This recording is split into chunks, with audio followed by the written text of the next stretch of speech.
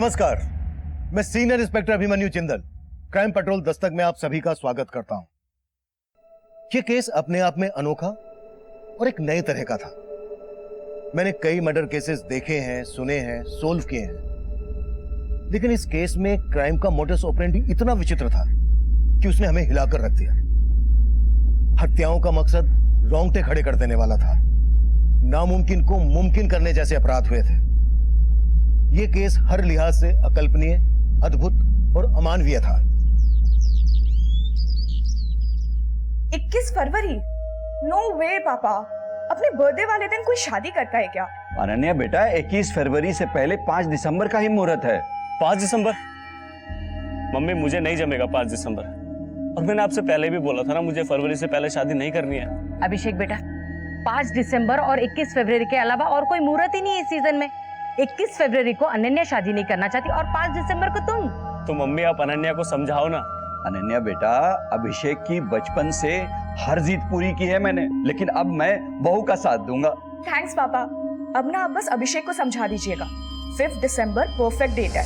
Mummy आप बिना सोचे समझे 21 फरवरी के कार्ड छपवा दो। शादी तो 21 फरवरी को ही होगी। जी मम्मी। हाँ ठीक है जी। 21 फरवरी? हाँ मतलब क्या? अरे तुम्हारी माँ से बात हो गई है मेरी। तो अरे सर, मैडम, हम लोग एक काम करते हैं ना, टॉस कर लेते हैं। जो टॉस जीतेगा वो शादी की डेट फाइनल कर लेगा। टॉस वॉस कुछ नहीं, 5 दिसंबर डन है। हाँ तो मुझे भी कोई टॉस वॉस नहीं करना है। और अगर तुम्हें मुझसे शादी करनी है ना तो 21 फरवरी को होगी, वरना तुम। हाँ मत कर, छोड़ना, क्या फर्क पड़ता है वैसे भी। अनन्या यार, अब तू मुझे हर्ट कर रही है। और जो तू मुझे हर्ट कर रहा है उसका क्या अभिषेक?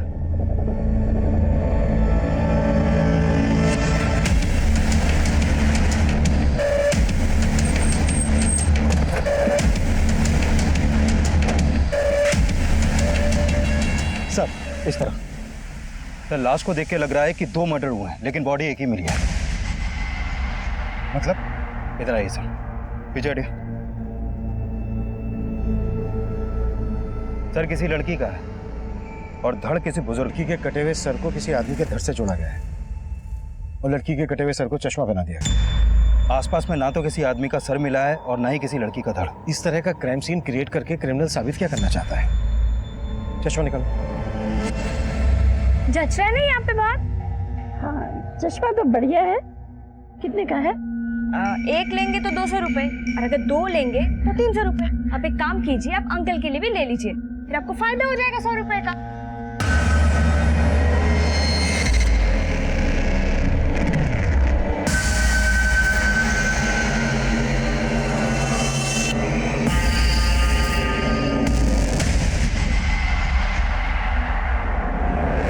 क्यों, आप मेरा रास्ता क्यों रोक रहे हो?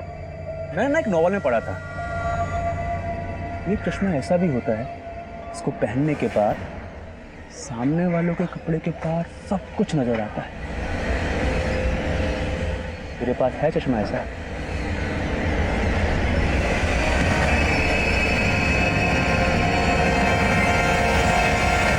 सर, लड़की के सिर और आदमी के धड़ के बीच में ये लकड़ी का टुकड़ा धंसा हुआ मिला था। मतलब इस लकड़ी के सपोर्ट से दोनों लाशों को जोड़ा गया। अच्छा डॉक्टर, लड़की के सिर और आदमी के धड़ को देखकर इन दोनों की उम्र का क्या अंदाजा लगाया जा सकता है? सर, लड़की की उम्र करीब 25 से 30 साल के बीच रही होगी और आदमी की उम्र करीब 55 साल से ऊपर रही होगी। एक 25 से 30 साल की औरत और लगभग 55 साल के आदमी के बीच ऐसा क्या ताल्लुक रहा होगा कि इन दोनों को मारकर इनकी लाश को जोड़कर ऐसा दिखाने की कोशिश की गई है कि ये एक ही लाश है और ऊपर से वो काला चश्मा। सर, सब कुछ चौंकाने वाला है। ऐसा क्राइम तो कोई सरफरा ही कर सकता है। सरफरा नहीं, ये किसी बहुत ही दिमागदार आदमी का काम है जिसने 2 मर्डर करके जानबूझकर ऐसा क्राइम सीन क्रिएट करने की कोशिश की है कि हम मर्डर के मोटिव को लेकर शुरुआत से कंफ्यूज हो जाए। विकास, इन दोनों के बाकी के बॉडी पार्ट ढूंढने पर जोर दो और पता करो कि 25 से 30 साल की औरत और लगभग 55 साल के आदमी की कहीं मिसिंग कंप्लेंट फाइल है क्या? Okay sir. हाँ अंकल, कुछ पता नहीं चल रहा अंकल। ना अनन्या मैडम का फोन लग रहा है, ना अभिषेक सर का। संगीता बेटा, अभिषेक और अनन्या के दोस्तों से मालूम किया कि वो दोनों कहाँ गए थे? हाँ अंकल, सबको फोन किया लेकिन दोनों को कोई खबर नहीं है। अब अंकल वो अनन्या मैडम की मम्मी का फोन आ रहा है पीछे से, वो भी बहुत परेशान है। मैं आपको फोन करती हूँ 2 मिनट में। ठीक है बेटा। हेलो, हाँ आंटी। आंटी आप परेशान मत होइए, मैं अनन्या मैडम के बारे में पता करके बताती हूँ आपको। और अभिषेक, उसका कुछ पता चला क्या? नहीं, मेरा मतलब है अभिषेक सर और अनन्या मैडम दोनों के बारे में पता करके बताती हूँ, आप बस परेशान मत होइए। हाँ हाँ आंटी, आंटी मैं ना आपको पता करके बताती हूँ, हाँ बाद में फोन करती हूँ। ये अभिषेक भैया का नारियल पानी है। सर, सोनीपत के सेक्टर 7 के पुलिस स्टेशन में एक कपल की मिसिंग कंप्लेंट दर्ज हुई है। ये कपल सेक्टर 7 में ही रहता था। सर, लड़की का फोटो उस सर से मैच करता है जो हमें उस बुजुर्ग आदमी के धड़ के साथ मिला था। लेकिन इस लड़की के कटे हुए सर के साथ जो हमें ये लड़का और लड़की लगभग दोनों सेम एज के लग रहे हैं, तो फिर ये धड़ किस बुजुर्ग आदमी का है? सर, फिलहाल ऐसा कुछ पता नहीं चला है कि इनके साथ कोई बुजुर्ग आदमी भी गायब हुआ था।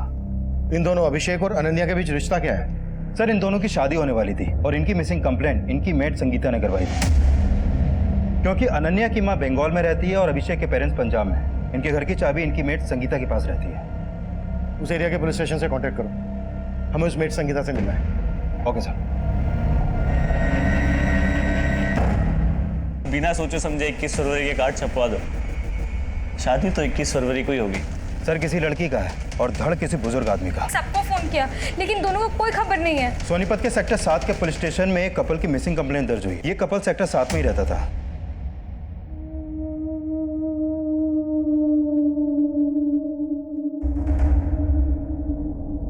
शर्मीन, बेटा मैंने तुझको पहले भी समझाया था बेटा, अब भी बोल रहा हूँ कि ये घर घर जाकर चश्मे बेचना बंद कर दे। बेटा 15 दिन बाद तेरा निकाह है, अब घर से ज्यादा बाहर मत रहा कर। अब बाहर जाने की कोई जरूरत नहीं बेटा। अब्बा, हमारा गुजारा ना मेरे घर बैठने से चलेगा और ना ही मेरी निगाह करके। और वैसे भी मुझे शादी नहीं करनी। अगर मैं शादी करके चली गई तो आपका क्या होगा? तू अभी तक अपना फर्ज निभाते आई है बेटा, अब मुझे मेरा फर्ज निभाने दे। मेरी फिक्र छोड़ दे बेटा। पर अब्बू, आज तो मुझे जाना ही होगा ना वहाँ पे। कंपनी वालों से मैंने एडवांस ले रखा है, बाकी जो चश्मे हैं वो बेच के पैसे चुकाने हैं मुझे। चलती हूँ।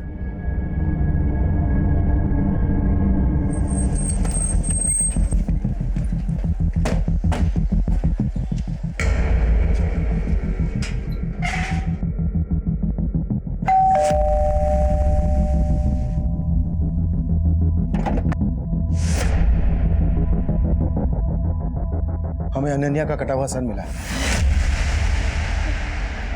कटा हुआ सर? हाँ, हमें अनन्या का कटा हुआ सर एक बुजुर्ग आदमी के धड़ के साथ मिला है। तुम ऐसे किसी बुजुर्ग आदमी को जानती हो जिनका अभिषेक और अनन्या से मिलना जुलना हो? नहीं सर, मैं ऐसे किसी बुजुर्ग को नहीं जानती। सर, अगर अनन्या मैडम का मर्डर हो गया तो अभिषेक सर कहाँ है? अभिषेक को हम ढूंढ रहे हैं, अभी तक पता नहीं चला है। काम कहाँ करते थे दोनों? किसी आईटी कंपनी में काम करते थे, दोनों साथ में ही काम करते थे। तुमने आखिरी बार कब देखा था इन दोनों? परसों ऑफिस जाने से पहले। देख कितने प्यारे लहंगे हैं ये, बहुत सुंदर है ना? हाँ, प्यारे तो होंगे ही, इतने महंगे जो है। एक लहंगा 1-1 लाख रुपए का है। पर क्या है, तू डिसाइड कर ले कौन सा पहनेगी 21 फरवरी को। 21 फरवरी को तो नहीं पहनूंगी। तो शादी में जींस टॉप पहनेगी क्या? तू बोलेगा तो जीन्स टॉप में भी शादी कर लूंगी, पर करूंगी तो 5 दिसंबर को ही। ये सारे महंगे महंगे लहंगे दिखा के ना मक्खन मत मार। टिफिन। तू ना बड़ी टेढ़ी चीज है। वो तो मैं हूँ। पर क्या है, मैं थोड़ा ज्यादा होता है। रुक या अभिषेक। मैं ना करूंगी नहीं शादी। देख तू कभी मेरी बात ही नहीं मानता यार। अरे मेरी बात। फिर सर वो शंकर के साथ ऑफिस चले गए। ये शंकर कौन है? शंकर ऑटो वाला है साहब। वो अभिषेक सर ने ना एक ऑटो वाला फिक्स कर रखा था। वो सुबह उनको ऑफिस छोड़ता था और शाम को ऑफिस से लेकर आता था। कहाँ मिलेगा ये शंकर हमें? वो तो नहीं पता, लेकिन सर मेरे पास उसका नंबर है। संगीता, तुम्हें किसी पर शक है जो ये सब कर सकता है? नहीं सर, मुझे कोई अंदाजा नहीं। अभिषेक और अनन्या शादी करने वाले थे। कब होने वाली थी इनकी शादी? सर इनकी शादी की ना 2 डेट निकली थी, एक 21 फरवरी और एक 5 दिसंबर। दोनों तय नहीं कर पा रहे थे कि उनको किस दिन शादी करनी है। अनन्या और अभिषेक ये डिसाइड नहीं कर पा रहे थे कि उनको कौन सी डेट को शादी करनी है, या फिर ये डिसाइड नहीं कर पा रहे थे कि दोनों को एक दूसरे के साथ शादी करनी है या फिर नहीं करनी है। सर अभिषेक का गायब होना और अनन्या के सर के साथ किसी बुजुर्ग आदमी के धड़ का मिलना। सर हो सकता है अभिषेक और अनन्या के बीच कुछ ठीक नहीं चल रहा हो और अभिषेक ये कांड करके कहीं गायब हो गया हो। हमें सबसे पहले ये पता लगाना है कि वो बुजुर्ग आदमी कौन था जिसका अनन्या के साथ मर्डर हुआ। अभिषेक और अनन्या के कॉल रिकॉर्ड्स चेक करो, शायद इनके कॉल रिकॉर्ड से इस बुजुर्ग आदमी का नंबर मिल जाए। इनकी मेड संगीता के बारे में सब कुछ पता करो, शंकर से भी मिलो। मैं इनके ऑफिस जाता हूँ, शायद वहां से पता चल जाए कि बुजुर्ग आदमी कौन था। Sure sir.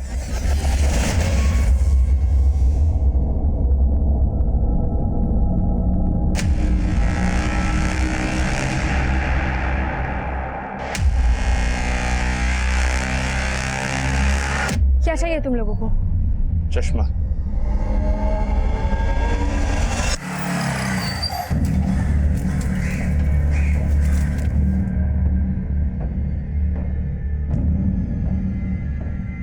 हाँ साहब, संगीता सही बोल रही थी। मैं अभिषेक भैया और अनन्या भाभी को रोजाना ऑफिस छोड़ने जाता था और उस दिन भी मैंने उनको ऑफिस छोड़ा था।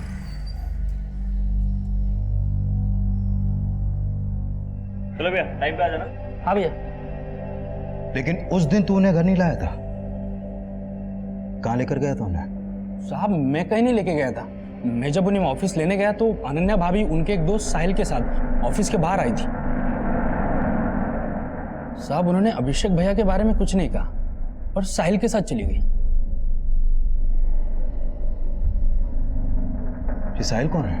वो अभिषेक भैया के ऑफिस में काम करते हैं। साहब फिर अगले दिन मैं उन्हें ऑफिस ले जाने के लिए घर पे गया।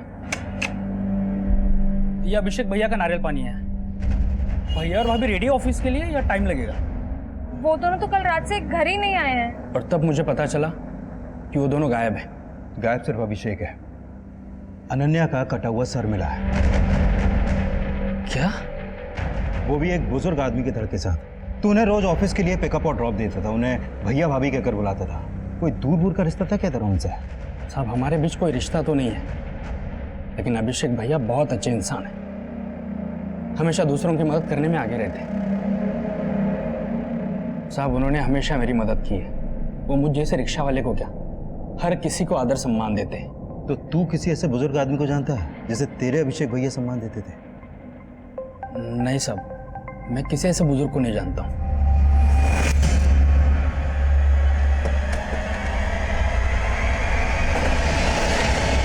सर अभिषेक और अनन्या मेरे अंडर काम करते थे। आपके ऑफिस में कोई बुजुर्ग भी काम करते थे जो उनके साथ गायब है? बुजुर्ग नहीं सर। अच्छा, अभिषेक और अनन्या सिर्फ एक दूसरे के कलीग ही नहीं थे, बल्कि एक दूसरे से शादी करने वाले थे। इनका ऑफिस में किसी के साथ कोई झगड़ा, कोई इशू? नहीं सर, मुझे तो नहीं लगता। अभिषेक और अनन्या का आपस में कोई इशू? नहीं सर, अगर ऐसा कुछ होता तो वो शादी का फैसला क्यों लेते। हाँ पर एक बात है सर। क्या? उस दिन अभिषेक ने मुझसे हाफ डे की लीव ली थी। सर मुझे अभी ऑफिस से जाना होगा। मुझे आज हाफ डे की लीव चाहिए। क्यों, क्या बात है? उसने रीजन तो नहीं बताया, लेकिन वो हाफ डे में ही चला गया था। हमें पता चला है कि उस दिन अनन्या अपने कलीग साहिल के साथ गई थी। साहिल कहाँ है? साहिल ने तो जॉब छोड़ दी। साहिल ने जॉब छोड़ दी? हाँ सर, वो तो बेंगलुरु में शिफ्ट होने वाला था। जिस दिन उसका लास्ट डे था, उसका बर्थडे था, हमने सेलिब्रेट भी किया था। Happy birthday to you, happy birthday to you.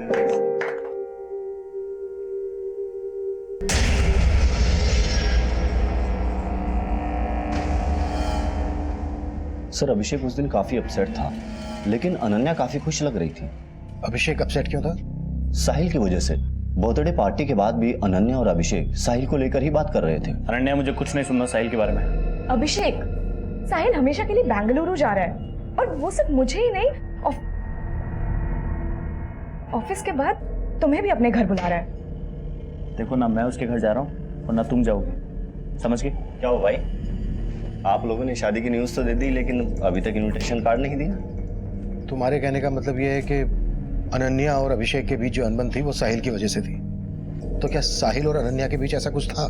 Sir अभिषेक, अनन्या और साहिल तीनों अच्छे दोस्त थे। इवन हमें तो लगता था कि अनन्या का साहिल से अफेयर है, लेकिन अभिषेक ने जब शादी वाली बात कही तो हम सब हैरान हो गए। लेकिन साहिल इस बात पर अपसेट था सर। साहिल, जब तुम कह चुके थे कि हमारे बीच में कुछ नहीं हो सकता है, सब खत्म हो गया है, तो अब अगर मैं अभिषेक से शादी कर रही हूँ तो तुम्हें क्या प्रॉब्लम हो रही है? अनन्या, तुम अभिषेक को जानती नहीं हो। मुझे अब भी तुम्हारी फिक्र है। अभी तो तुम्हें अभिषेक बहुत अच्छा लग रहा है, लेकिन बाद में तुम पछताने वाली हो। पछताओगी मतलब? उसके कान बनने से अपने डिसीजन बदल देगी? देख, समझा रहा हूँ तेरे को, हमारे बीच आने की कोशिश मत करना। अब मैं क्या कर लेगा? बताओ तुझे। एक minute guys, please calm down. Sir तब तो बहुत गर्मा गर्मी थी अभिषेक और साहिल के बीच में, लेकिन साहिल बाद में उनका दोस्त बन गया था।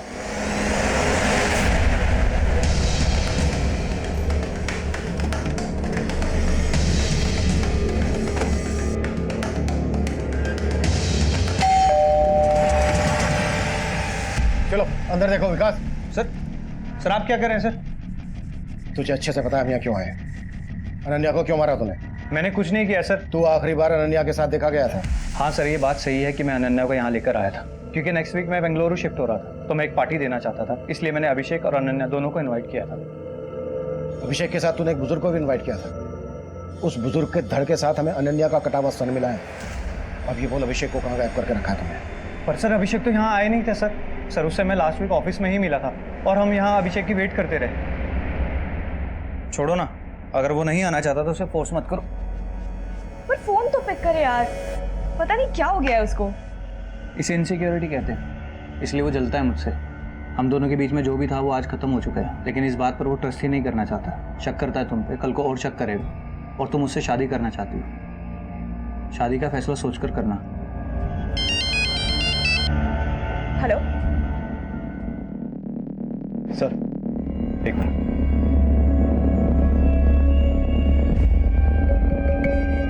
सर यहाँ कुछ भी सस्पिशियस नहीं मिला, लेकिन हम इस पर भरोसा नहीं कर सकते। उस रात की इसकी एक्टिविटीज चेक करो। Okay sir. सर मुझे ये भी लग रहा है अगर अनन्या का अभिषेक के अलावा इस साहिल से भी रिलेशन है, तो हो सकता है जिस बुजुर्ग आदमी का धड़ अनन्या के सर के साथ मिला, उसके साथ भी अनन्या का कोई रिश्ता हो जिसके बारे में किसी को नहीं मालूम।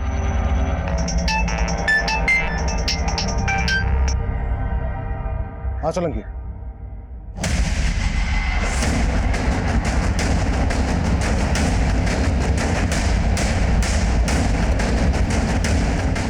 आइए सर ये बॉडी मिली है सर। इसने भी उसी तरह चश्मा पहन रखा है सर। इसका सर बुजुर्ग आदमी का है और धड़ किसी लड़की का है। ये देखिए सर, अभी 10-12 दिन पहले जब मैं गणेश नगर में पेट्रोलिंग कर रहा था तो ये बुजुर्ग मेरे पास भागे भागे आए थे और इन्होंने कहा था कि इनको किसी ने चाकू दिखाकर लूट लिया। सर मैं इनके साथ उस क्राइम स्पॉट पर भी गया था जहाँ पे इनको लूटा गया था।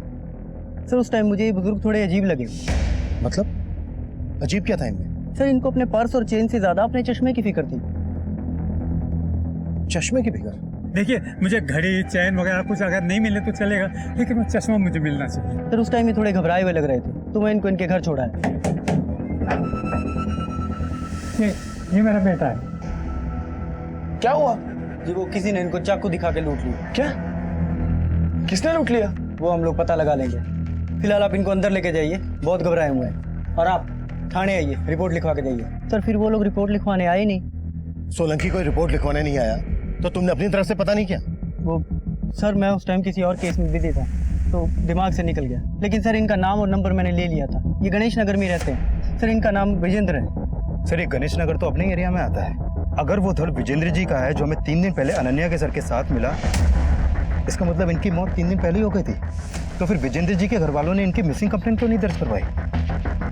और ये सोलंकी बोल रहा है कि इन्हें अपने पैसे, चैन, इन सबसे ज्यादा अपने चश्मे की फिक्र थी।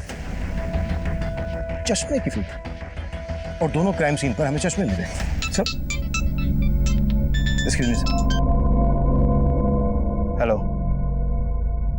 ठीक है सर। अभिषेक और अनन्या के पेरेंट्स सोनीपत आ गए। विकास, तुम अनन्या और अभिषेक के पेरेंट्स और बाकी सबसे ही पता करो कि इन बुजुर्ग का अभिषेक और अनन्या से क्या कनेक्शन हो सकता है। मैं सोलंकी के साथ इनके घर जाता हूँ और वहां से इनका एक प्रॉपर फोटो भेजता हूँ तुम्हें। श्योर साहब।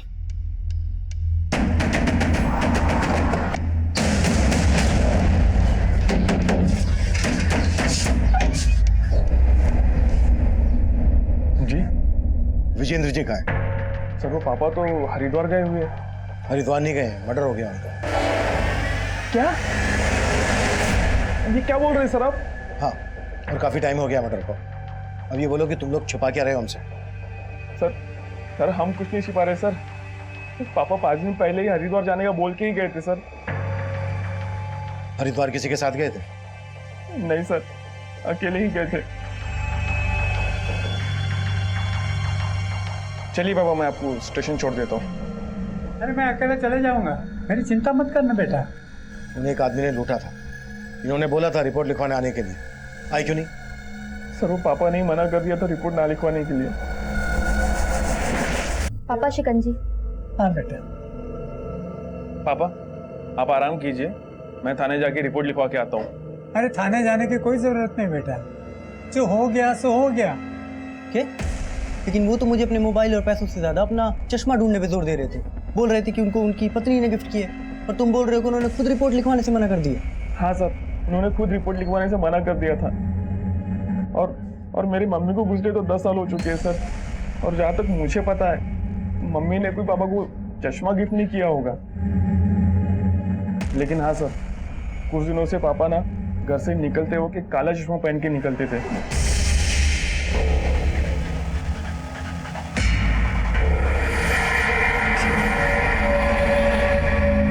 विजेंद्र जी की लाश हमें 2 लड़कियों के साथ मिली। अभी जिस लड़की के साथ लाश मिली उनकी, उस लड़की के धड़ के साथ उनका सर जुड़ा हुआ था। लेकिन इससे पहले जिस लड़की के साथ हमें उनकी लाश मिली, उस लड़की के सर के साथ विजेंद्र जी का धड़ जुड़ा हुआ था। और वो लड़की ये है, और इसका नाम है अनन्या। जानते हैं उसको? नहीं सर, मैं तो इसे नहीं जानता। ये विजेंद्र थे, इन्हीं के बॉडी पार्ट्स को अनन्या के बॉडी पार्ट से जोड़ा गया था। आप लोग जानते हैं ना? नहीं सर, मैं तो नहीं जानता, और हम तो यहाँ रहते भी नहीं। तुम जानते हो? नहीं सर, कभी विजेंद्र का नाम उनके मुंह से भी नहीं सुना, और ना ही इनके साथ कभी उनको देखा है। मुझे आपसे अकेले में कुछ बात करनी है।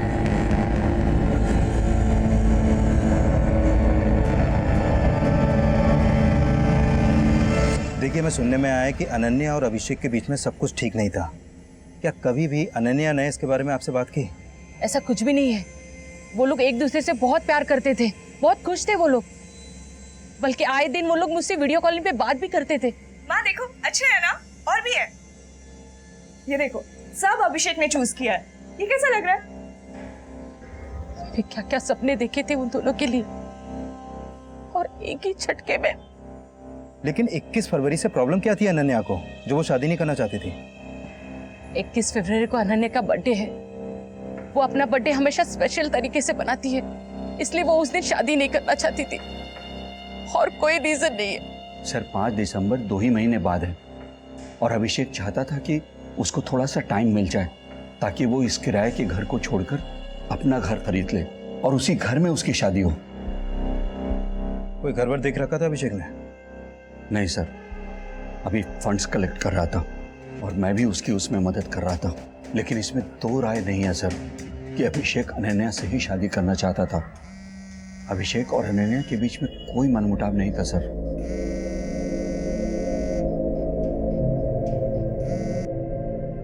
हेलो, हाँ अभी सब कुछ कंट्रोल में है यहाँ पे, लेकिन यहाँ पे फिर से आने की कोई गलती मत करना, वरना तुम भी फंसोगे और मैं भी फंसूंगी।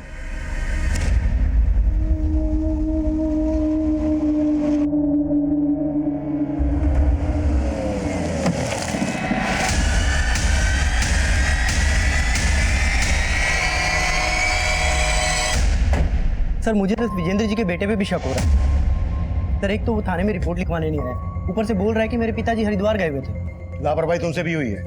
वो नहीं आए तो भूल गए उस चोर को जिसने विजेंद्र को लूटा था?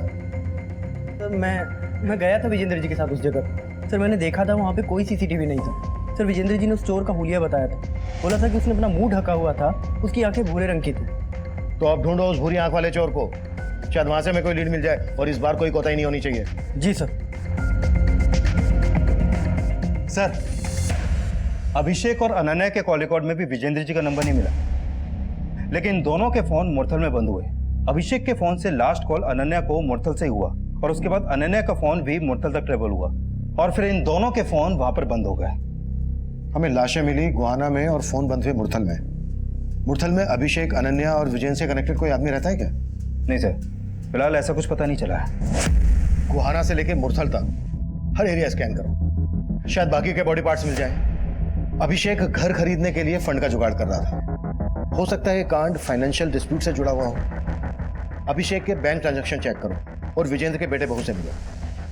दोनों जुड़ी हुई लाशों ने एक जैसे काले चश्मे पहने हुए थे। इन चश्मों पे किसी ब्रांड का नाम नहीं है। पता करो इस तरह के काले चश्मे कहां कहां बेचे जाते हैं, शायद वहां से हमें क्रिमिनल के बारे में पता चल जाए। Okay sir. छोड़ दो मुझे, छोड़ दो, मैं पुलिस को जाके सब कुछ बता दूंगी। पुलिस को बताएगी? अरे तू पुलिस के पास ना जाए तभी तुझे यहाँ उठाकर लाए हैं। छोड़ दो। सर, पोस्टमार्टम करने वाले डॉक्टर से एक चौंकाने वाली बात पता चली है। क्या? विजेंद्र जी के सर के साथ जो धड़ हमें मिला था वो धड़ अनन्या का है ही नहीं। व्हाट? हाँ सर, अनन्या का सर उस धड़ के ब्लड सैंपल से मैच ही नहीं करता है। लेकिन सर, अनन्या के सर के साथ जो धड़ हमें मिला था वो धड़ विजेंद्र जी के सर के ब्लड सैंपल से मैच करता है। मतलब विजेंद्र जी के साथ अनन्या के अलावा किसी और लड़की की भी हत्या हुई है? हाँ सर, और उस लड़की की उम्र 22 से 25 साल के बीच की होगी। ये केस वाकई में अफेयर और रंजिश का है या फिर किसी साइको और सीरियल किलर का काम है? सर ये अभिषेक की बैंक स्टेटमेंट। अभिषेक और अनन्या के मोबाइल फोन 7 सितंबर को रात 9 बजे बंद हुए थे और अभिषेक के अकाउंट से 8 सितंबर की सुबह को 40,000 रुपए निकाले गए। इसका मतलब अभिषेक के गायब होने के बाद पैसे निकाले गए। और अभिषेक के अकाउंट से पैसे निकाले गए हैं सोनीपत के सेक्टर 11 के एटीएम से। विकास, उस एटीएम की फुटेज निकालो। सर। और उस चोर का पता चला जिसने विजेंद्र को लूटा था? नहीं सर, मैंने कई हिस्ट्री शीटर्स को खंगाला है, लेकिन सर कुछ आइडिया नहीं लग रहा। प्लीज मुझे जाने दो, मैं तुम्हारे आगे हाथ जोड़ रही हूँ, मुझे जाने दो। तुझे तभी जाने देंगे जब तू मेरी बात मानेगी, समझी? जैसा मैं बोलूंगा वैसा ही करेगी। चल।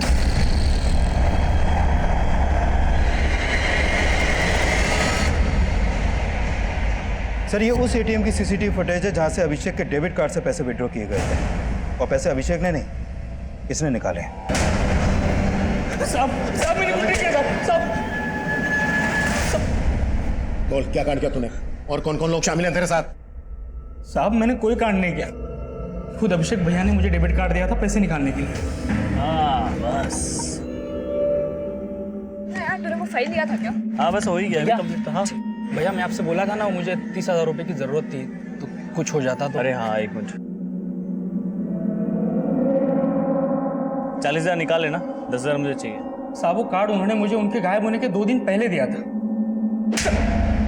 बेवकूफ समझ रहा है हमें, कहानी बना रहा है। साहब मैं कोई कहानी नहीं बना रहा, अभिषेक भैया ने खुद मुझे कार्ड दिया था और एक्स्ट्रा 10,000 रुपए निकालने के लिए कहा था। वो तब से लेके अभी तक जेब में लेके घूम रहा हूँ, लेकिन वो अचानक से गायब हो गए। तो वो जहाँ गायब है तू जानता है? साहब मैं नहीं जानता हूँ। अभिषेक सर अपना कार्ड शंकर को क्यों देंगे? सर ये शंकर जरूर झूठ बोल रहा है।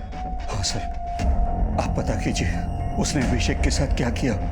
सर, अनन्या को तो हम खो ही चुके, कम से कम अभिषेक को।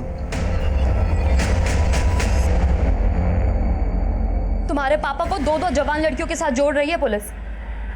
उनके रहते तो बदनामी का डर था ही, उनके जाने के बाद भी कोई कम बदनामी नहीं हो रही है। सच में ये पापा ऊपर जाने के बाद में भी हमें चैन से जीने नहीं दे रहे। मैं तुमसे कह रही थी पुलिस को जाकर खबर कराओ कि पापा हरिद्वार के नाम से निकले और फिर गायब हो गए हैं। अब भुगतो पुलिस को ना बताने का नतीजा। ये पुलिस वाले हमें चैन से जीने नहीं देंगे। सर, मुझे लगता है शंकर सच बोल रहा है, क्योंकि मैंने चेक किया अभिषेक के गायब होने से पहले भी शंकर ने उसके अकाउंट से कई बार पैसे विड्रॉ किए। लेकिन अभिषेक की मेड संगीता तो शंकर पर शक जता रही है। सर, हो सकता है वो झूठ बोल रही हो या फिर अभिषेक ने उसे बताया ही ना हो। अभिषेक का एक ऑटो ड्राइवर को अपना डेबिट कार्ड देना उतना ही अटपटा है जितना कि ये केस अटपटा है।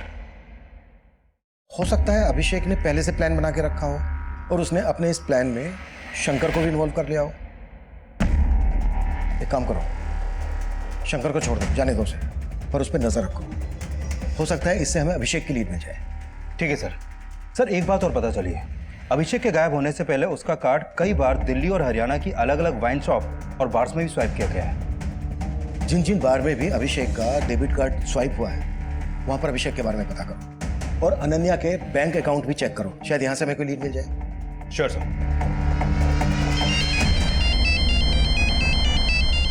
केतन सर।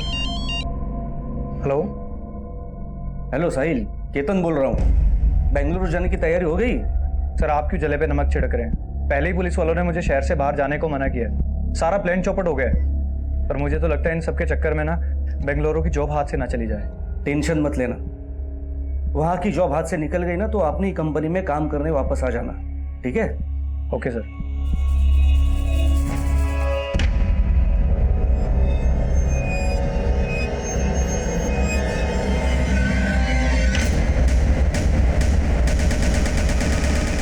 सर विजेंद्र जी के कॉल रिकॉर्ड में एक नंबर मिला है।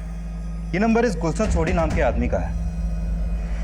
सर विजेंद्र जी गुलशन सोडी को लगातार कॉल कर रहे थे और पता चला है कि गुलशन सोडी मैच मेकर है, लड़कियों और लड़कियों का रिश्ता करवा के उनकी जोड़ियां बनाता है। हो सकता है अनन्या और उस दूसरी लड़की का इस गुलशन से कोई कनेक्शन हो, जिनके बॉडी पार्ट्स हमें विजेंद्र जी के बॉडी पार्ट से जुड़े मिले थे। हो सकता है सर। सर जब उन लाशों पे मिले चश्मों के बारे में मैं पता लगा रहा था तो मुझे एक बात और मालूम चली है। सर एक R3 ग्लासेस नाम की कंपनी है जो इस तरह के चश्मे और घरेलू प्रोडक्ट्स बनाती है। सर उनकी एक सेल्स गर्ल है, शर्मिन नाम है सर इसका। सर ये डोर टू डोर जाके चश्मे बेचती है सर, लेकिन कुछ दिनों से गायब है। रहती कहाँ है शर्मिन? सर खानपुर में। इसका मोबाइल नंबर भी मिला है सर, लेकिन स्विच ऑफ आ रहा है। विकास, तुम्हें शारमिन के घर जाओ और चेक करो कि इसके चश्मों का इस क्राइम से क्या कनेक्शन है। मैं गुलशन छोटी से जाके मिलता हूँ।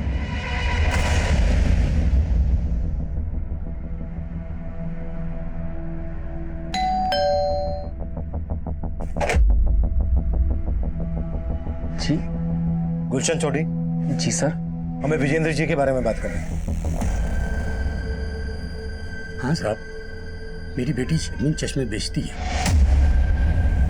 मगर आप ये सब क्यों पूछ रहे हैं? कहाँ है वो? बुलाइए उसको, बात करनी है। बात? दरअसल वो कई दिनों से घर नहीं आई है। अगर शर्मिन इतने दिनों से गायब है तो उसकी मिसिंग कंप्लेंट क्यों नहीं दर्ज करवाई आपने? साहब दरअसल एक हफ्ते बाद उसका निकाह था, क्या अचानक वो गायब हो गई? उसको ढूंढते साहब, कहीं से उसको ढूंढते। जी वो विजेंद्र जी तकरीबन 3 महीने पहले मिले थे मुझे। दरअसल वो शादी करना चाहते थे। विजेंद्र जी शादी करना चाहते थे? हाँ जी। अच्छा, आपने उनका किसी के साथ रिश्ता करवाया था? जी मैंने उनको उनकी उम्र की काफ़ी सारी औरतों की फोटोएं दिखाई थी। ये देखिए सर, ये सारी औरतें आपकी तरह सेकंड इनिंग की शुरुआत करना चाहती हैं। Second inning? नहीं नहीं नहीं नहीं नहीं, मैं ऐसे औरत से शादी करना चाहता हूँ जिसकी अभी तक शादी हुई ना हो। पर उनकी मांग जानकर मैं तो खुद परेशान हो गया।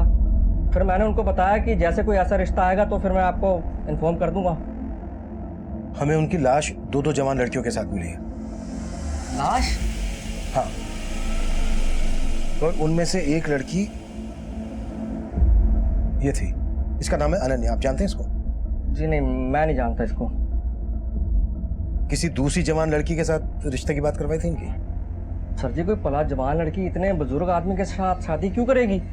अच्छा, विजेंद्र जी शादी करना चाहते थे, ये बात उनके घर वालों को मालूम थी? नहीं जी, मुझे तो विजेंद्र जी अकेले मिलने आते थे। ये शर्मिन नाम की लड़की भी शादी करना चाहती थी, आप जानते हैं इसको? नहीं सर, मैं नहीं जानता। सर पापा इस उम्र में शादी क्यों करेंगे? जरूर आपको कोई गलत इन्फॉर्मेशन मिली है सर। तुम्हारे पापा गुलशन सोडी नाम के मैचमेकर से मिल रहे थे लगातार। ये गुलशन ही तुम्हारे पापा के लिए रिश्ते ढूंढ रहा था। ये सब झूठ है सर। पापा तो मम्मी से बहुत प्यार करते थे सर। देखो, अगर हमसे कुछ भी छुपा रहे हो तो सच बोल दो, वरना तुम्हें बहुत परेशानी होगी। हम आपसे कुछ नहीं छुपा रहे सर, जरूर है मेरे पापा को बदनाम करने की चाल है। वो गुलशन आपसे झूठ बोल रहा होगा सर।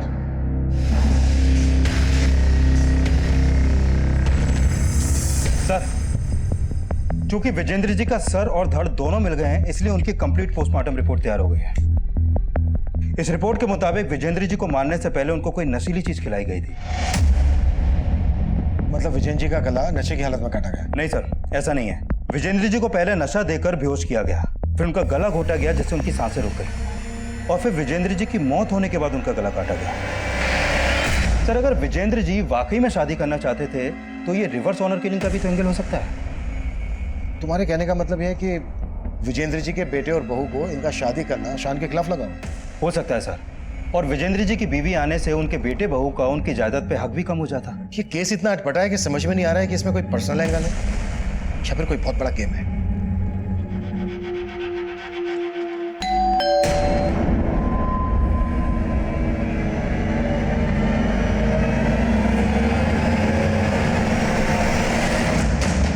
सर मुझे लगता है ये केस पर्सनल एंगल से ही क्रैक हो सकता है। अच्छा, मैं अनन्या के बैंक ट्रांजैक्शन चेक कर रहा था तो मुझे मिला कि उसके मर्डर से 10 दिन पहले उसके अकाउंट से 22,024 रुपए किसी सगमा इंटरप्राइजेस के नाम ट्रांसफर हुए थे। पता करो ये सगमा इंटरप्राइजेस क्या चीज बनाती है। Sure sir. सर अभिषेक जिन जिन बार्स में जाता था उनमें से एक की सीसीटीवी में कुछ मिला है। अभिषेक के साथ इसमें 2 लड़के दिख रहे हैं, एक का चेहरा दिख रहा है और एक का नहीं दिख रहा है। सर दूसरे लड़के के बारे में हमें शंकर से पता चल जाएगा।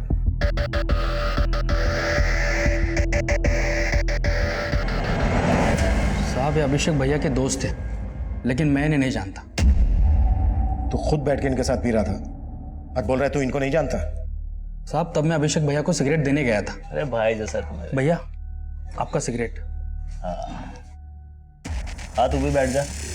अरे नहीं भैया मैं कैसे पी सकता हूँ, आपको घर पे छोड़ना है। अरे बैठ ना, इधर आ। और भैया ने जबरदस्ती बिठा लिया मुझे। इसका स्केच बनवा सकता है? साहब पहले और आखिरी बार मिला था, कुछ याद नहीं आ रहा है। सोलंकी इसकी याददाश्त चली गई है, जरा याददाश्त वापस लाने में इसकी मदद कर। साहब मुझे सच में नहीं मालूम है साहब सच कह रहा हूं साहब, मुझे नहीं मालूम। सर अनन्या के बैंक अकाउंट से जिस संगमा इंटरप्राइजेस कंपनी को पैसे ट्रांसफर हुए थे वो कंपनी सीसीटीवी कैमरा और हिडन कैमरा इंस्टॉल करने का काम करती है।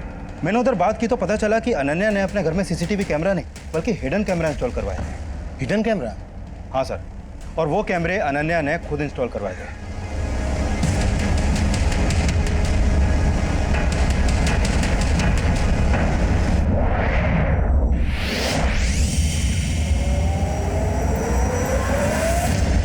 सर मुझे लग रहा है अनन्या ने वो कैमरे इसलिए इंस्टॉल करवाए क्योंकि उसे अभिषेक पे शक था कि वो उसकी एब्सेंस में किसी और लड़की को घर पे लाता होगा।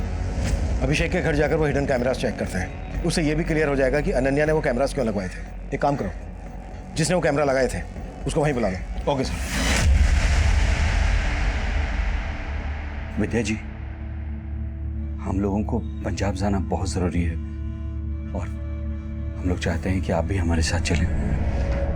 नहीं, आप लोग अभिषेक के बिना पंजाब जा सकते हैं लेकिन जब तक मेरी बेटी के लाश के बाकी हिस्से नहीं मिल जाते मैं कहीं नहीं जाऊंगी।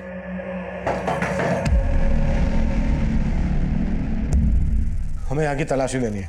तलाशी? जी, ये रहा सर्च वारंट। बताइए कहाँ पर आपने हिडन कैमरा स्टोर किया? जी। ऐसी बातें कर रहे हैं सर आप? आपको अभी पता चल जाएगा।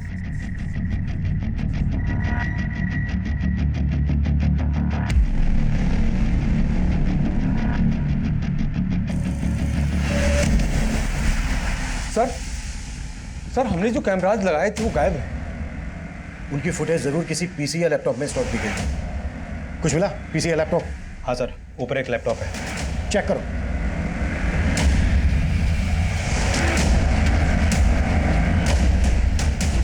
सर इसमें कोई फुटेज नहीं है। जब मुझे ये नहीं पता कि कैमरा लगवाया किसने तो ये कैसे पता होगा कि किसने निकलवाया सर? तुम यहाँ पर अनन्या के आने के पहले से ही काम कर रही थी है ना? जी सर। क्या अभिषेक पहले यहाँ पर किसी लड़की के साथ?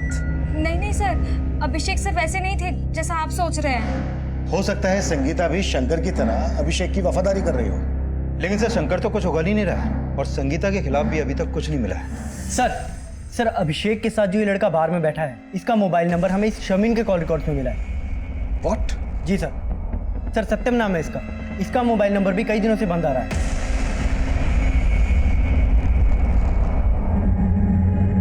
तो ये जो दूसरा आदमी है ये सत्यम से कनेक्टेड होगा और इन दोनों से हमें अभिषेक की लीड मिल सकती है। कहाँ रहता है सत्यम? सर खानपुर में, जहां पर शर्मिन का भी घर है।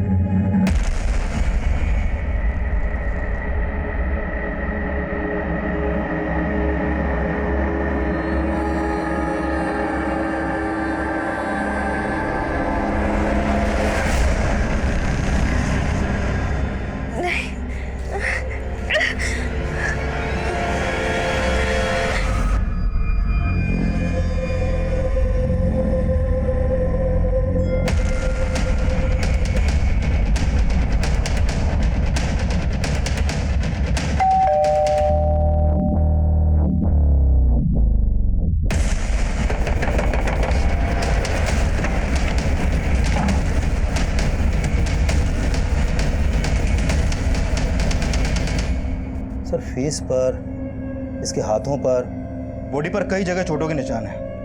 ऐसा लग रहा है जैसे इसको मार पड़ी हो। लेकिन दरवाजा अंदर से लॉक था। इसने वाकई में सुसाइड किया है? और ये फांसी की रस्सी कुछ अजीब नहीं लग रही? सर जी, ये राजू है, सत्यम का पड़ोसी।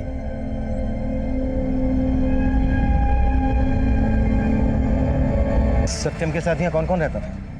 सर सत्यम की एक माँ है जो यूपी में रहती है, वो यहाँ पे अकेले ही रहता था। सत्यम काम क्या करता था? वो जॉब करने आया था लेकिन उसे मिल नहीं रही थी, तो काफी परेशान था वो। अच्छा, सत्यम एक शारमीन नाम की लड़की के साथ काफी टच में था। ये है शारमीन, जानते हैं इसको? सर जानता तो नहीं हूँ, लेकिन काफी बार इसे आते जाते देखा है यहाँ पे। सत्यम के साथ जो ये लड़का है, इसका नाम है अभिषेक। और ये जो दूसरा लड़का है, इसको जानते हो? शायद इसका भी आना जाना हो। नहीं सर, मैं इसके बारे में कुछ नहीं जानता।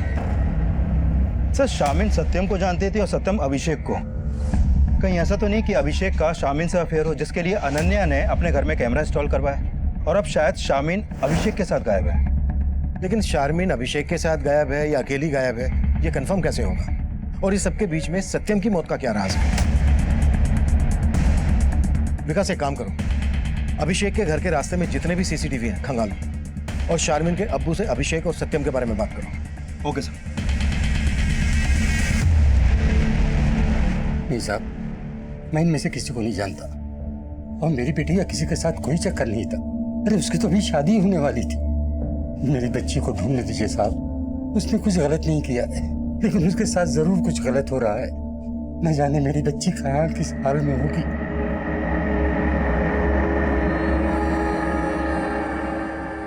शारमीन तब हमारे लिए पहेली बनी हुई थी।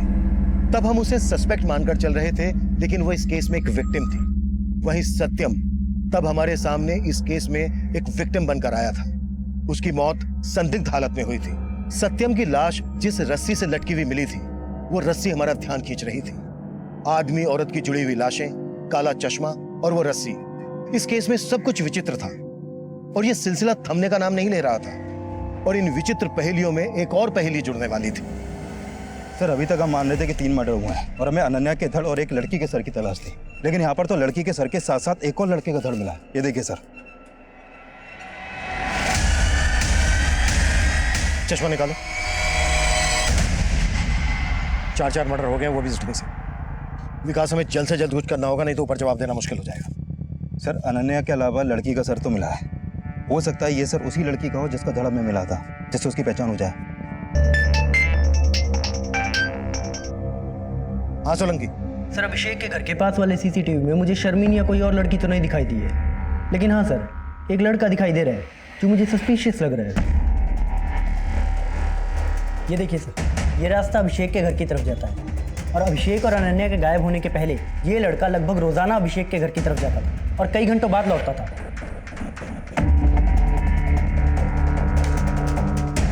सोलंकी, इसके बारे में जल्दी पता करो। सर। विकास, सत्यम के कॉल रिकॉर्ड्स चेक करो और पता करो कि उसके कॉल रिकॉर्ड्स में इस लड़के की शक्ल वाले किसी आदमी का नंबर है क्या। हो सकता है ये लड़का वही हो जो बार में अभिषेक और सत्यम के साथ बैठा था। Okay sir. हाँ सर, इस लड़के को मैंने एक आध बार अभिषेक के घर से निकलते हुए देखा था और जब उस दिन वो अभिषेक के घर से जब बाहर निकल रहा था तो अभिषेक की मेड ने दरवाजा बंद किया था। बताती हूँ सर। सर वो खेमचंद है। तेरा और खेमचंद का इस कांड से क्या लेना देना है? कोई लेना देना नहीं है सर, वो बस मेरा बॉयफ्रेंड है सर। बॉयफ्रेंड? कहाँ मिलेगा तेरा बॉयफ्रेंड खेमचंद? सर वो एवरेस्ट प्लाजा बिल्डिंग में गार्ड है। तो वो हिडन कैमरा इसलिए निकलवाए ताकि तेरा और तेरे बॉयफ्रेंड खेमचंद का राज ना खुले? नहीं साहब, मैंने कोई कैमरा नहीं निकलवाया, हम तो बस प्यार करते थे। वो एवरेस्ट बिल्डिंग में नाइट शिफ्ट ड्यूटी पे था, तो अभिषेक सर और अनन्या मैडम के घर से चले जाने के बाद बस दिन में आया करता था सर। सर मैं सिर्फ संगीता से मिलने जाता था सर, इसके अलावा मैंने कुछ नहीं किया सर। बातों के भूत बातों से नहीं मानते। सर, सत्यम के कॉल रिकॉर्ड में खेमचंद का नंबर तो नहीं मिला, लेकिन इस तंजील और शादाब के नंबर मिले हैं। कौन ये तंजील और शादाब? सोनीपत के लोकल गुंडे हैं सर ये। इन पे पहले भी मारपीट के कई केस दर्ज हुए हैं। सत्यम का इन गुंडों के साथ कनेक्शन था, तो फिर सत्यम की लाश उसी के घर में मिलने का क्या चक्कर है? सर फिलहाल तो यही मालूम चला है कि सत्यम जॉब ना मिलने की वजह से परेशान था। शायद पैसों की तंगी की वजह से उसने सुसाइड किया हो। लेकिन सत्यम की बॉडी पर हमें मारपीट के निशान। विकास, शादाब और तंजील को उठा कर लेकर आओ। हो सकता है बार में अभिषेक और सत्यम के साथ जो वो दूसरा लड़का है वो इन दोनों में से कोई है। Okay sir.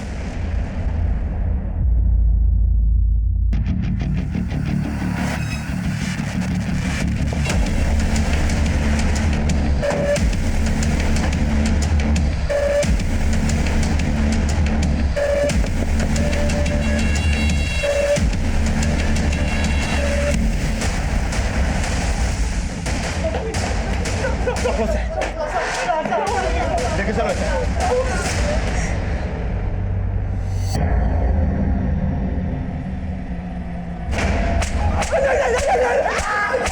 सोलंके, साहब हमने किसी को नहीं मारा साहब। मैं शर्मिंद को पसंद करता था साहब, और वो सत्यम को चाहती थी, उससे निकाह करना चाहती थी, इसलिए हमने उसको उठा लिया साहब।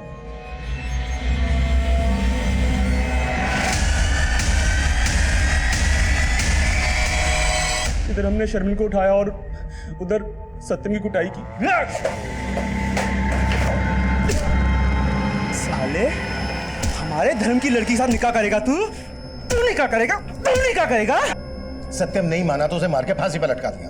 फांसी नहीं साहब, हम सिर्फ उसको फोन करके धमकी दिया करते थे, और जब वो नहीं माना तो बस उसकी पिटाई की और कुछ नहीं किया साहब। ये सब तुमने शारमिन के अब्बू के कहने पे किया ना? क्योंकि उन्हें पता चल गया था कि सत्यम और शारमिन का अफेयर चल रहा है। नहीं सर, शारमिन के अब्बू तो उसका निकाह किसी और से कराना चाहते थे, और शर्मिन को मैं पसंद करता था, इसलिए शर्मिन को मैंने निकाह के लिए बोला था। सत्यम को भूल और मुझसे निकाह कर ले। प्यार करती हूँ मैं उसे। दूसरे धर्म का है वो। तेरा निकाह मुझसे होगा, नहीं तो मैं किसी से नहीं होने दूंगा, समझी? सोलंके, तंजील और शादाब ने जो बयान दिए थे उनके बयान से इन जुड़ी हुई लाशों के राज नहीं खुल रहे थे। और शारमिन से हमारा बात करना इसलिए भी जरूरी था क्योंकि शारमिन जिस तरह के काले चश्मे बेचा करती थी उसी तरह के काले चश्मे इन जुड़ी हुई लाशों ने भी पहने हुए थे। लेकिन तंजील और शादाब की हैवानियत का शिकार होने के बाद फिलहाल वो इस कंडीशन में नहीं थी कि बयान दे सके। अब इस केस में एक नया सिरा खुलने वाला था, और ये सिरा हमारी इन्वेस्टिगेशन की नई दिशा तय करने वाला था। सर, जिस दूसरी लड़की का सर में मिला था उसको इस गुलशन के एक पड़ोसी ने आइडेंटिफाई किया है। सर, उस आदमी ने बताया कि उसने इस लड़की को गुलशन के घर में कई बार जाते हुए देखा है, और सर विजेंद्र जी का बेटा नमन भी कुछ दिन पहले गुलशन के घर में देखा गया।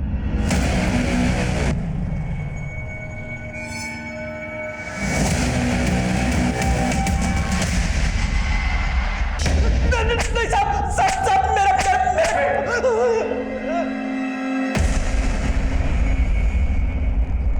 विजेंद्र के साथ जिस लड़की की लाश मिली वो लड़के कौन थे? जी वो मेरी भतीजी स्वीटी थी। दरअसल विजेंद्र उससे शादी करना चाहता था, और विजेंद्र की ख्वाहिशें देखकर मैंने एक प्लान बना लिया। क्योंकि विजेंद्र के नाम काफ़ी जमीन जायदाद थी, तो मैंने सोचा कि स्वीटी की उससे शादी करवा दूंगा, और विजेंद्र जब अपनी मौत मरेगा तो सारा कुछ उसके नाम हो जाएगा। इसलिए स्वीटी को सोनीपत बुलाकर मैंने ये जाल बुन दिया।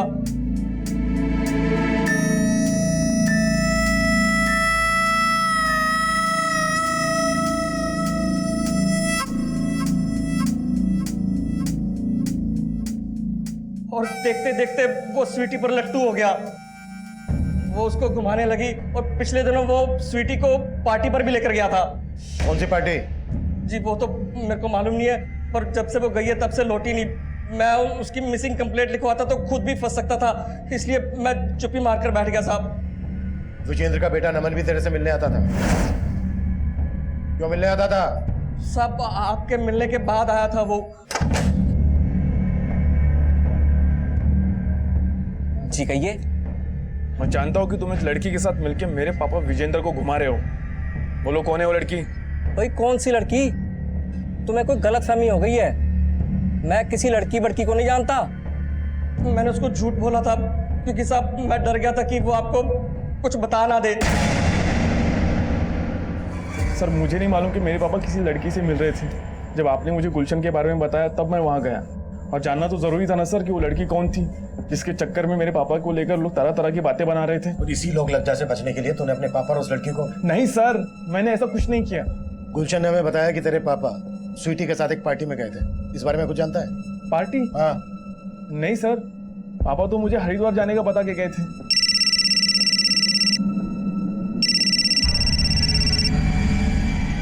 हाँ सोलंकी। सर शर्मिन को हॉस्पिटल से डिस्चार्ज कर दिया गया है। अब वो घर पे है और हम उससे बात कर सकते हैं। ठीक। मैंने अब्बू को ये नहीं बताया था कि मैं सत्यम से प्यार करती थी, क्योंकि वो अलग धर्म का था ना, और मुझे ये नहीं पता था कि तंजील और शादाब मिलके मेरे साथ ऐसा करेंगे। और मुझे लगता है सत्यम की मौत के पीछे वही लोग जिम्मेदार हैं। शर्मिन, जिस तरह के चश्मे तुम बेचती हो उसी तरह के चश्मे उन जुड़ी हुई लाशों ने पहने हुए थे। अब हमसे कुछ भी छिपाए बिना सब कुछ सच सच बता दो। अनन्या, विजेंद्र जी और स्वीटी, इनमें से किसी को जानती हो? विजेंद्र जी और स्वीटी को तो मैं जानती हूँ। सत्यम जहाँ जॉगिंग करने जाता था विजेंद्र जी भी वही आते थे, दोनों की दोस्ती भी हो गई थी। और सत्यम ने मुझे एक बार स्वीटी और विजेंद्र जी दोनों से मिलवाया था, और उस दिन स्वीटी ने मेरे से चश्मा लेके विजेंद्र जी को गिफ्ट किया था। सत्यम अभिषेक को भी जानता था, और सत्यम और अभिषेक के साथ ये जो लड़का है इसको जानती हो? नहीं सर, मैं इनको नहीं जानती। 5 सितंबर को विजेंद्र जी और स्वीटी एक पार्टी में गए थे, इस बारे में कुछ जानती हो? हाँ, 5 सितंबर को तो सत्यम मुरथल में कहीं गया था। शायद विजेंद्र जी और स्वीटी भी वही जाने वाले थे।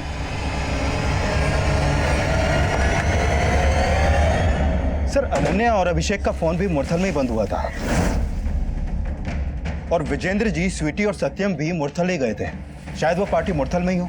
लेकिन गुआना में लगभग 15-15 किलोमीटर की दूरी पर हमें सबकी लाशें मिली, और मुरथल में सब क्यों और किस वजह से इकट्ठा हुआ? सर हो सकता है अभिषेक ने इन सबको वहां पर इकट्ठा किया हो। पर किस मकसद से? और ऐसी भी क्या पार्टी हुई जिसमें सबके सब मारे गए और सबकी लाशों को जोड़कर उन्हें काले चश्मे पहना दिए गए? सत्यम ने सुसाइड कर लिया, वो भी इस अनोखी सी दिखने वाली रस्सी से लटक कर। और सर अभी तक हमें यह भी नहीं पता चल पाया है कि स्वीटी के सर के साथ जो धड़ हमें मिला था वो किस लड़के का था। हमें कैसे भी करके उस लड़के का सर और अनन्या के धड़ का पता करना है। गुहाना से लेकर मुरथल तक पूरा एरिया स्कैन करो और पता करो ये सब के सब कौन सी जगह पर मिले थे। Okay sir.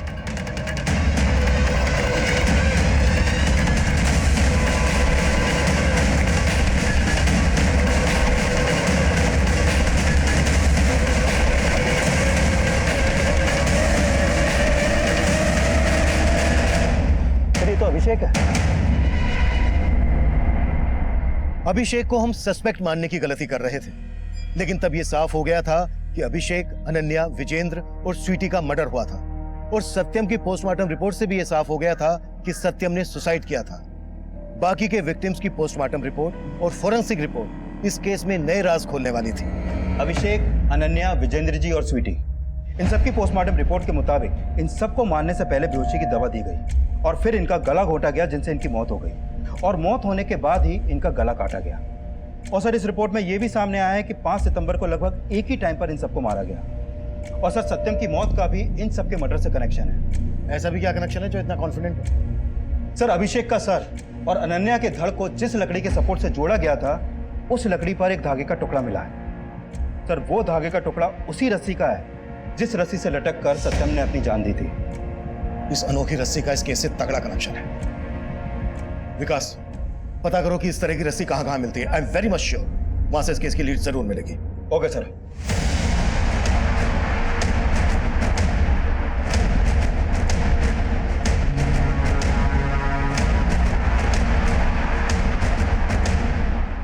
नहीं सर, ऐसी रस्सी कोई सप्लायर नहीं बनाता। पर हाँ, कुछ दिन पहले ही एक आदमी ने हमसे ऑर्डर करके खुद इस डिज़ाइन की रस्सी बनवाई थी। मेरी ये सिद्ध माला आपकी हर परेशानी को दूर कर देगी। एक बार अवश्य आजमाइए। चलो मेरे साथ। क्या बदतमीजी है ये? रस्सियां बनवाई तो क्या हत्यारा हो गया मैं? छोड़िए मुझे। अब तो छूटने नहीं वाला है। मुरथल में फार्म हाउस है ना तेरा? 5 सितंबर को पार्टी भी दी थी तूने। कौन कौन लोग थे तेरे साथ? किसके कहने पे ये कांड किया?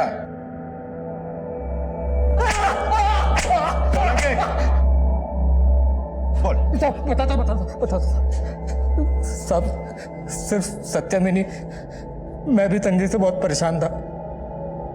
मेरे घर पे प्रेग्नेंट बीवी थी और गांव में सत्यम की बूढ़ी माँ।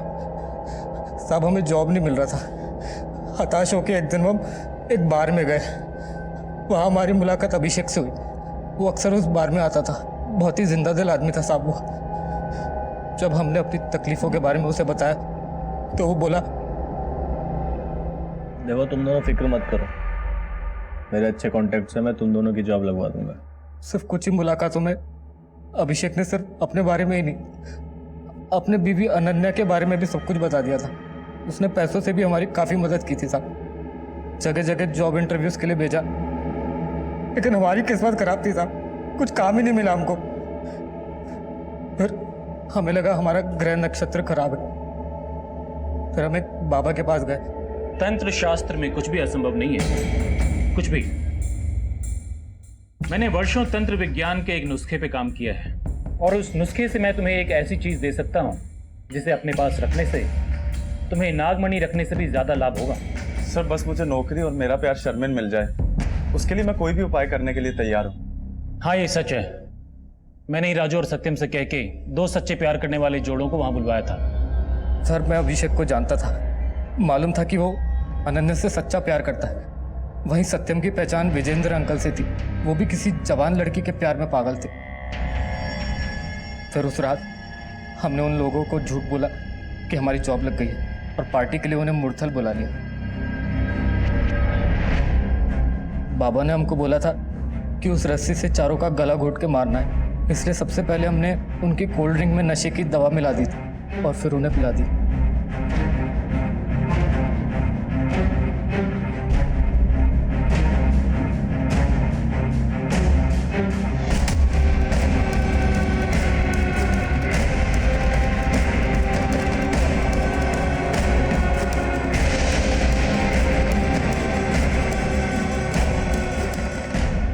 बहुत अच्छे।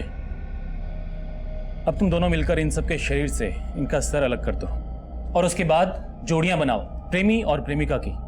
प्रेमिका का सर उसकी प्रेमिका के शरीर से लगाओ और प्रेमिका का शरीर उसकी प्रेमी के सर से, और उसके बाद तुम अपनी प्रेमिका की कोई प्यारी निशानी इन सब के ऊपर रखो। वो शर्मिन चश्मे बेचती है, मैं ना 4 काले चश्मे लाया हूँ, अगर आप कहें तो पहना दूं मैं? हाँ ये उचित रहेगा। और उसके बाद इन सब के शरीर को उत्तर दक्षिण पूर्व पश्चिम चारों दिशाओं में अलग अलग स्थान पे फेंक के आओ। मैं तब तक इस यज्ञ की रस्सी को पवित्र करता हूं।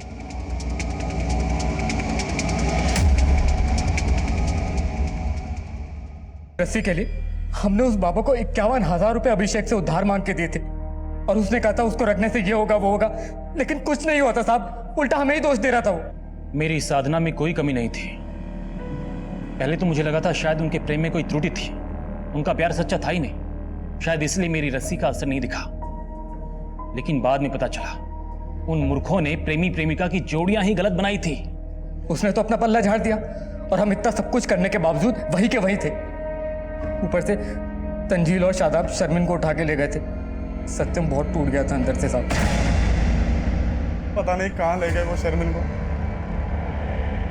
लेकिन छोड़ूंगा नहीं उनको। रुक, सत्यम रुक, होश से काम ले। होश ही तो नहीं है यार, और सबसे ज्यादा होश तो इस जादुई रस्सी ने उड़ा के रखे हैं।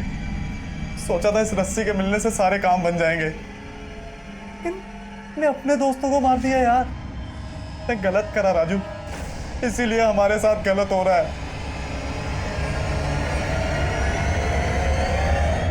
हम दोनों बहुत शर्मिंदा थे साहब, लेकिन मुझे नहीं पता था कि सत्यम जब आप उसके घर पर आए तब पता चला कि उसने सुसाइड कर लिया। अब ये सब कुछ सर्वेश बाबा की वजह से हुआ है। अब हम आपको अपनी प्रतिभा दिखाएंगे और फर्स्ट एक्सपेरिमेंट लोगों को मार के उनके साथ एक्सपेरिमेंट करता है। इतना कुट्टो इसको, इतना कुट्टो कि इसकी सारी प्रतिभा निकल जाए। हो जाओ शुरू। इस केस में पागलपन की सभी सीमाएं लांघ दी गई थी। हमने सोचा नहीं था कि यह केस तंत्र और अंधविश्वास से जुड़ा होगा। कभी कभी जो हम सोचते हैं हकीकत उससे बिल्कुल अलग होती है। लालच में आकर राजू और सत्यम ने जो सोचा वो कभी हो नहीं सकता था। उन्होंने इस पाखंड के लिए सारे पैसे अभिषेक से ही उधार लिए और अभिषेक के साथ साथ उन्होंने अपने बाकी के दोस्तों को भी मार दिया, पर अंत में उनके हाथ कुछ नहीं लगा। सर्वेश जैसे लोग हमारी सोसाइटी के लिए खतरा हैं। किसी की जान लेकर कभी किसी को खुशी नहीं दी जा सकती। ऐसे लोगों पर कभी भरोसा नहीं करना चाहिए। किसी को जाने समझे बिना उससे मुस्कुराकर हाथ मिला लेना अच्छा है, जरूरतमंदों की मदद कर देना और भी अच्छा है, पर किसी से दोस्ती करने से पहले एक बार उसके अंदर झांक कर देख लेना बेहद जरूरी है। अगर अभिषेक और विजेंद्र ने सत्यम और राजू को सही से समझने की कोशिश की होती तो उन्हें इस अपराध की दस्तक मिल गई होती, इससे बचा जा सकता था। अब मैं सीनियर इंस्पेक्टर अभिमन्यु जिंदल आप लोगों से विदा लेता हूं। आपसे फिर मुलाकात होगी एक नए केस के साथ। स्वस्थ रहिए, सतर्क रहिए और देखते रहिए क्राइम पेट्रोल दस्तक। मकसद बताना नहीं, बचाना है।